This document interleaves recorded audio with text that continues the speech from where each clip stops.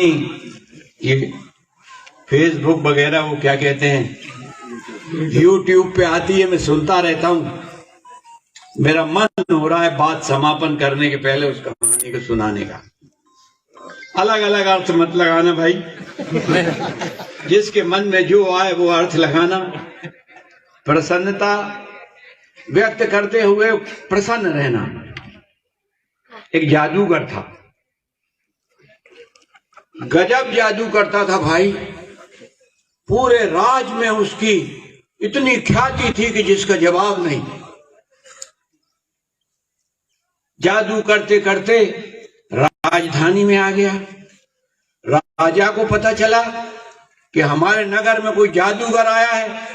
राजा ने मंत्री को बुलाया और कहा कि मैं जादू देखना चाहता हूं उस जादूगर का। मंत्री ने इंतजाम करे, महाराज से अनुमति लेके कहा कि भाई अपन राजभवन में जादू का कार्यक्रम करवाएं। ऐसे सिंहासन लगे, राजा का सिंहासन, उनके बगल में रानी का सिंहासन, मंत्री का सिंहासन और परिवार के लोगों का सिंहासन, सामने जनता का सिंहासन। एक अच्छा मंच बनाया गया है जिसपे जादूगर विराजमान था अपनी साज सज्जा के साथ। जादूगर ने कहा कि महाराज की अनुमति हो तो मैं जादू दिखाऊं। महाराज ने कहा ठीक है दिखाइए।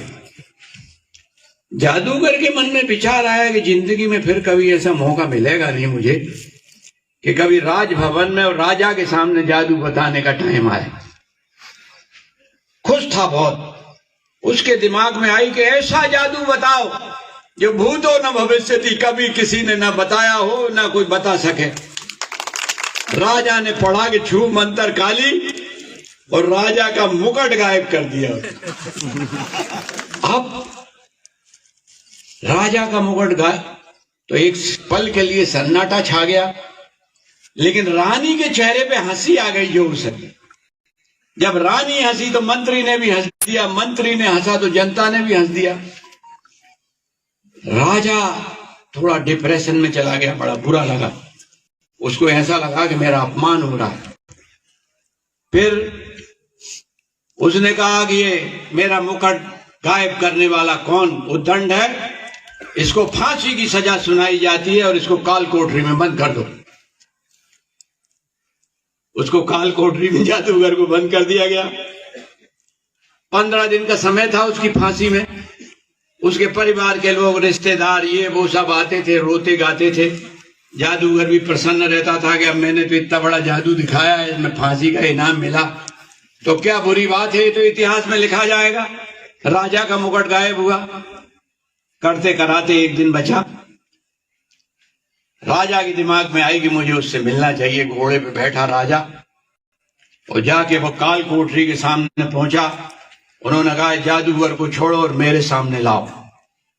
जादूगर आया, बहुत रोया, बहुत रोया। राजा ने कहा कि साले अब रोना आ रहा है, और उस वक्त हंस रहा था जब तूने राजा का मुकुट गायब किया था। जादूगर ने कहा नहीं महाराज ये बात नहीं, मैं मरने पे नहीं रो रहा, मुझे मौत का कोई गम नहीं है, फांसी का कोई गम नहीं है महाराज। महाराज ने कहा फिर काहे का गम है?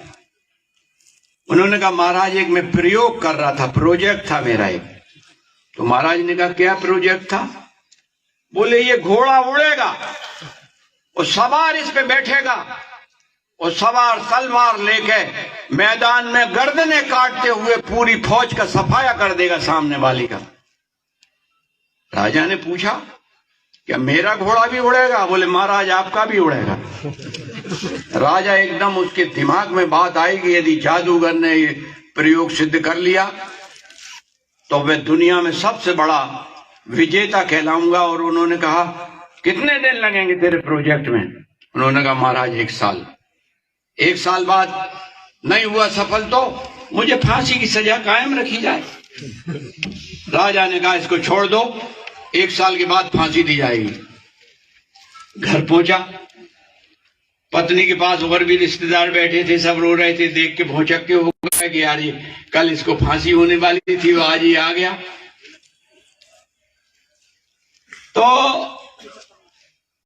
सब लोग चले गए धीरे धीरे। पत्नी ने कहा कि पतिदेव बताओ तो किस्सा क्या है? उन्होंने कहा मैंने राजा से ऐसा ऐसा कहा, राजा ने मुझे 1 साल का समय और दे दिया। तो पत्नी ने माथा ठोका कि 1 साल बाद फिर फांसी। तो उसने कहा भगवान इंतजार कर, 1 साल का समय बहुत होता है, तू देख 1 साल में राजा भी मरेगा और घोड़ा भी मरेगा।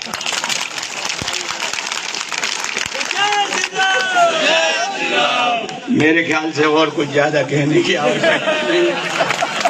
आप सबका बहुत बहुत हृदय से स्वागत करता हूँ। आपने इतना मेरा स्वागत किया, अभिवादन किया, इसके लिए बहुत बहुत सबको हृदय से धन्यवाद। जो बड़े हैं उनको प्रणाम करता हूँ, मित्रों का अभिवादन करता हूँ। बहुत बहुत धन्यवाद। जय श्री राम।